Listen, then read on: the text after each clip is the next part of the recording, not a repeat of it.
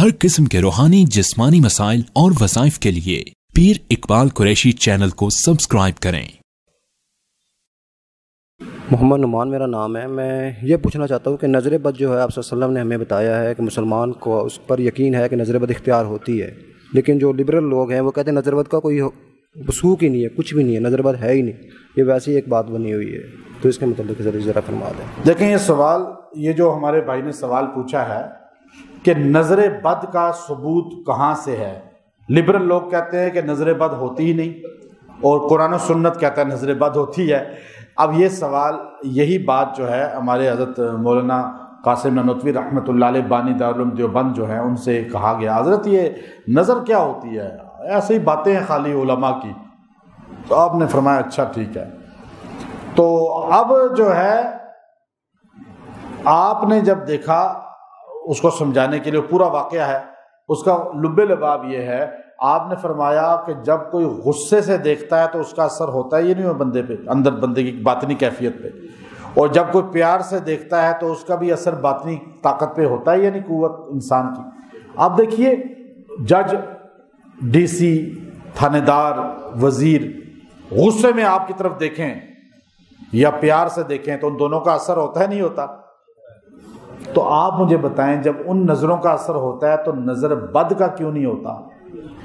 مسلم شریف کی حدیث ہے، العین حق قال علیہ الصلوۃ والسلام، کہ نظر بد برحق ہے، اور باقاعدہ امام مسلم اس بات کو اپنی کتاب کے اندر چیپٹر کے طور پہ لائے۔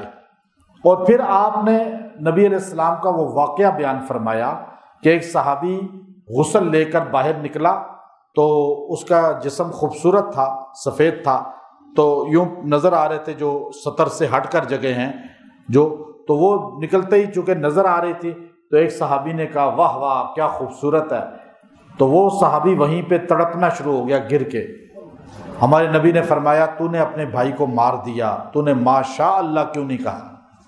پھر قرآن کہتا ہے وَلَوْلَا إِذْ دَخَلْتَ قُلْتَ مَا شَاءَ اللَّهُ لَا قُوَّةَ إِلَّا بِاللَّهِ۔ وہ باغ میں تم داخل ہوئے تھے، تمہیں یہ کہنا چاہیے تھا، اب جل گیا اس کا باغ، آگ نے ختم کر دیا۔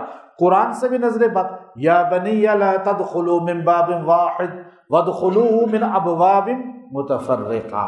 قرآن کہتا ہے، حضرت یعقوب علیہ السلام نے فرمایا میرے بیٹو تم 12 کڑیل جوان ہو، خوبصورت ہو، اہل بیت خوبصورت ہوتا ہے، تو کہا تم میرے نبی کی اولاد ہو، تم مصر میں جاؤ گے ایک دروازے سے داخل نہ ہونا، وادخلوا من ابواب متفرقہ، مختلف دروازوں سے جانا کہ ایک دروازے سے جاؤ گے تو تمہیں نظر نہ لگ جائے۔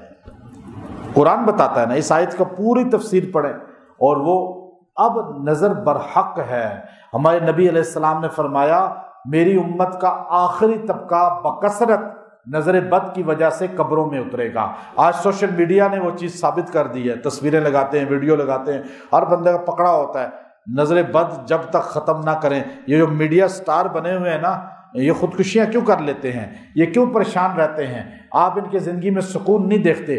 یہ جتنا میڈیا میں مرد عورتیں زیادہ ان ہیں نا، مجھ سے اکثر کال کر کر کے رابطے کرتے ہیں، جی ہمیں دم کر دیں، ہمیں یہ وظیفہ بتا دیں، ہمارا یہ حال ہو گیا ہے، ابھی ہمارا دماغ پکڑا گیا ہے۔ چونکہ ویڈیو ہٹ ہو، تصویر ہٹ ہو، اب لوگ چاہے غصے سے دیکھیں، پیار سے دیکھیں، اچھے دیکھیں، برے دیکھیں، نظر لگ جاتی ہے۔ پہلے تو یہ ہوتا تھا چھپے ہوتے تھے، چند لوگوں کی، محلے والوں کی نظر لگتی تھی، اب تو کائنات پوری کی نظر لگ رہی ہے، اور لوگ اتنی بڑی بیماریوں کے اندر مبتلا ہیں اور بڑے بڑے سٹار بنے ہوئے ہیں، بیماریاں ایسی ایسی ہیں۔